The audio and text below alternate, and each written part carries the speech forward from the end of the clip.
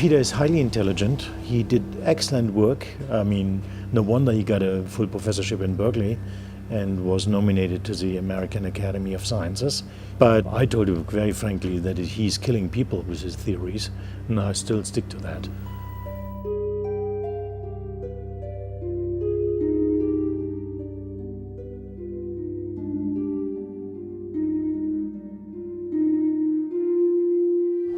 I was the blue-eyed boy in retroviruses. I couldn't lose anything. I was very popular, accepted. I got all my grants funded.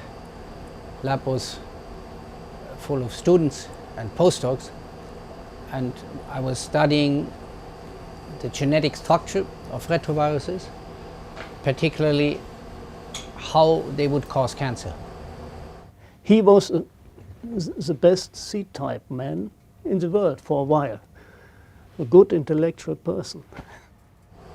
How well were you funded by the government? I got everything I needed, I wanted. More than that. I got an outstanding investigator grant because of my relative merits, finding the first viral oncogene. I won the California Scientist of the Year award for that. You were also nominated to the National Academy of Sciences, is that right? Yeah, and I was more than nominated. I was even elected into it. Yeah. And I was advanced from a postdoc to a full professor in a couple of years.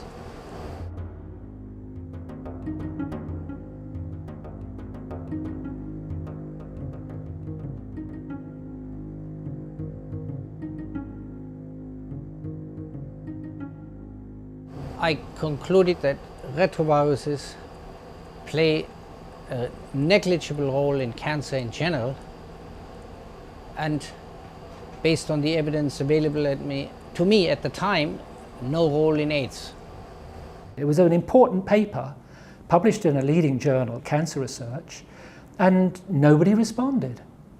Because he felt that this was so important, he started to prod his colleagues to say, come on guys, look at the evidence I've presented here, react to it, respond to it, especially when AZT and other drugs started to be used, which he believed were killing patients in large numbers. He became more and more vociferous about this issue. And then his colleagues previously good friends, Gallo and others, in retrovirology and in the wider infectious diseases field, they became very angry with him because they felt that, well, their argument was that he was damaging the public health efforts by raising these questions. We were relatively good friends and good tennis partners. But then when HIV came around and he voiced the doubts that HIV is the origin or cause of AIDS, our friendship was then terminated because we couldn't talk to each other anymore. He was a very respected virologist at one time and went off on this, I think probably anti-Gallo thing, which is easy to do because Bob Gallo's a difficult person and Peter was a good scientist and Bob being a very bright scientist, but it was in some ways just as crazy as Peter, but in his own self-serving way. Mm-hmm. But Peter just went off the deep end scientifically.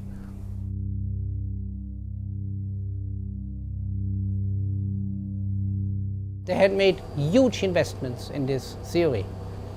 Their careers, their papers, their students, their academic standing, and not the least of it, their huge commercial interests.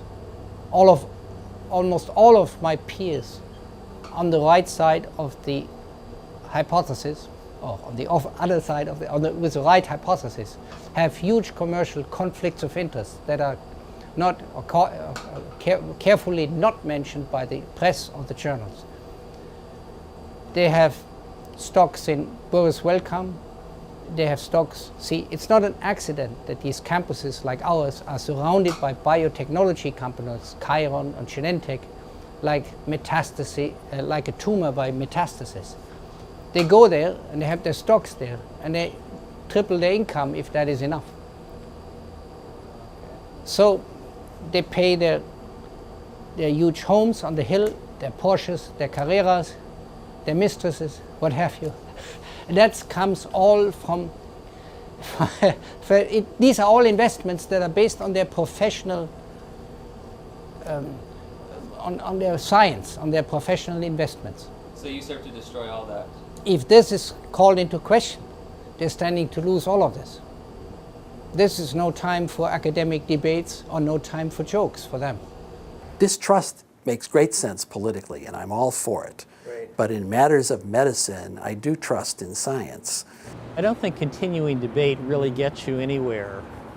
People are going to say what they think. It's really a matter of whether anyone pays attention to them. I don't tend to address them publicly because to address it publicly gives them credibility. Okay. So this is something that you think should not be debated. It should just be left alone and let It should be left alone and allowed to die. They use all the power they have to eliminate all dissenting votes. And that is totally unscientific, totally. All progress in science came from minorities. It's never the mainstream saying, let's vote a new idea. They want their idea to stay there, their investments to protect, always.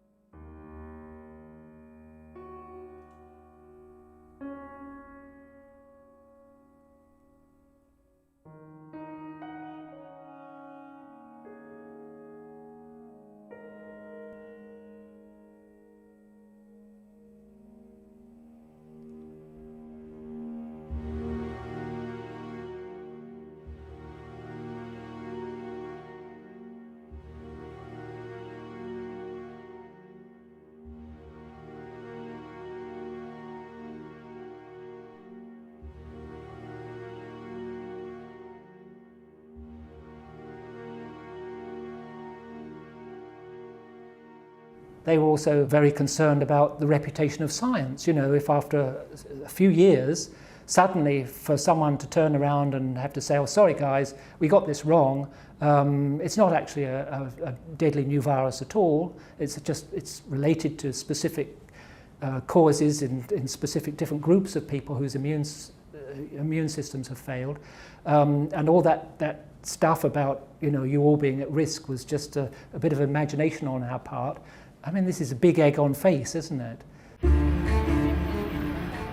Good Morning America called to come to talk about my view on AIDS. And I was going to see Joan London live for the first time. And I was all excited about it. Yeah, so she was going to, we were going to talk about AIDS. It was a great opportunity. And what were you going to say? Well, I was going to tell her it's not, don't worry about sex with anybody. It's not caused by, it's not sexually transmitted, it's not a virus. There are other things to worry about. We can talk about that later or right away. That's what I had in mind. And here came the phone call, the first phone call. I said, oh, maybe Joan is coming over for a drink already. But that wasn't it. It was some kind of a staffer who said, something urgent came up. You won't be on tomorrow morning, but have a nice evening. But you can watch us, tune in at whatever, in the hotel. And I did. And there was Anthony Fauci with Joan London, telling her how bad the HIV virus is and how much she should be concerned about sex with anybody, including him. The opposite of what you were going to say. Yeah. Mm-hmm. Yeah. How did that make you feel? Well, I said, well, Fauci still has better connections than I do. And he got to talk to her, and I got to return home to expect the next invitation that has yet to come. And I don't think Joan London even works there anymore. So. How did the publishing of that paper change your life and your ability to work? A lot, yeah. From then on, or within a few years thereafter, I could not get any more grants renewed. I could no longer get any graduate students. I was no longer asked to teach any lecture courses to graduate students. I was diminished to a researcher trying to find some minimal funds for work in the laboratory. They don't give you merit increases. They give you older labs. They don't let you teach in popular graduate courses. They don't put you into popular committees. You're not there at receptions. I wasn't invited to Christmas parties any longer. I wasn't invited at dinners. I wasn't at committee meetings that made decisions on seminar speakers and new faculty positions, all of this. You're slowly frozen out. What about grants? Grants were all denied from then on. Had you ever been denied before for a grant? None, never before. Steve O'Pine, yeah, from the NIH, or from Frederick, an old friend actually, a friend of Carlos and of mine, so retrovirus and well also cancer researcher. He said, I have to see you urgently. He wouldn't tell me over the phone what it was. And he said, it's a shame what's happening to you. You're a good man, you're a sharp guy, you did good work on oncogenes, and your critique on oncogenes is very important. We all gave it second thought after your critique of it. But you have been unduly, well, ostracized because of your question about HIV and AIDS. Although we all see now that you were wrong, but you asked legitimate question, and the treatment is embarrassing, we should do something about it. Can I see you? And I said, what are you going to do? Can't tell you, it's too important. Over the phone. Can I see you tomorrow or tonight? I said, where are you in NIH? Yeah, I'll take a plane right away. So, took the plane right away. Next day he was there in the evening. I said, I have an opera subscription date. Get me another ticket, I come along. So we met at the opera. Les Liaisons Dangereuses was the title. Mike Bishop was there too. And I said, so what is it now, Steve? And pulls out a manuscript signed by him, by Steve Blattner, I think, and me, provisionally. Yeah. I was on it, and HIV was the cause of AIDS. Koch's postulates were met. If I'd signed that, it would be published in Nature the same week, he said. He's flying the same week to London, and from there, wherever, to China. And Maddox already has the manuscript and said, if he stays on there, it's out this week. And what did he promise you if you signed? Well, he didn't say you get so many dollars for it, but he said if that would be out, he said my problems would probably be over. I would be accepted by the scientific community, and I would get grants and students and all the good old things again. I mean, he didn't sign me a document exactly like the devil typically does. He didn't say, here's the money, but that was definitely the implication, yeah. And what did you do? Well, I looked at it and said, it doesn't seem to be compatible with anything I have said before. And he said, yes, it isn't quite, but you must accept the new developments. And I said, look, we are now here at the opera, we had a drink afterwards. I took him to the airport at the hotel because he was going to leave to London the next morning to Meadows. I said, good, call me tomorrow, or I call you tomorrow. You can read it tonight and tomorrow and see what you do. But I have to know it because I have dinner the next night with Meadows, the editor of Nature. So I called him and I said, look, I read it, Steve. The best I can offer is you publish the manuscript as it is, and I write a little extra paragraph on the same page, on the same, next to it, side by side, in which I say, list what we could agree on, but that the fundamental disagreement remains. I don't see that HIV proves the first, and certainly not the third of Koch's postulates, which is the most critical one, that when injected or infected, you get the disease. So what was their response to you? No publication in Nature. That was the response. He was, of course, disappointed in a sense, because I think he had himself in mind. Of course, he had the field in mind, but there was also a touch of old friendship in there. I think so. Are you friends with any of these people anymore? Frozen. Frozen. We never exchanged a bad word, but they don't call me. And I I call them occasionally, but they don't answer or don't want to see me. That everybody in America is afraid nowadays to speak freely on this issue. They say nobody is anymore an expert on AIDS. They say, I'm only studying the virus. I'm only an epidemiologist. I'm only a toxicologist. Nobody can say anything general anymore. Oh, yes, it's true, we have reservations. Even Flossie Wongstall, one of the closest collaborators. Yeah, it's true there are problems, but it's an interesting virus. That's what I'm studying. Or I'm just an immunologist. I want to know how this virus escapes the immune system. Or I'm only an epidemiologist. I'll see how that the virus doesn't spread like another virus does. It's not random. It's only in homosexuals and junkies. We have to figure out how, but I cannot say more. This kind of answer you get a lot. Yeah. Okay. Particularly when you are together in a bar and there are no lights and no microphones. But you know. With all you've had to endure, why almost 20 years later do you continue to go against the grain, continue to fight the system, knowing the more vocal you are, the worse the character assaults will be? What do you get out of this? What do I get out of this now? Well, it is of course an intellectual game that has a certain satisfaction. Can you win it or can you lose it? Intellectually, that is.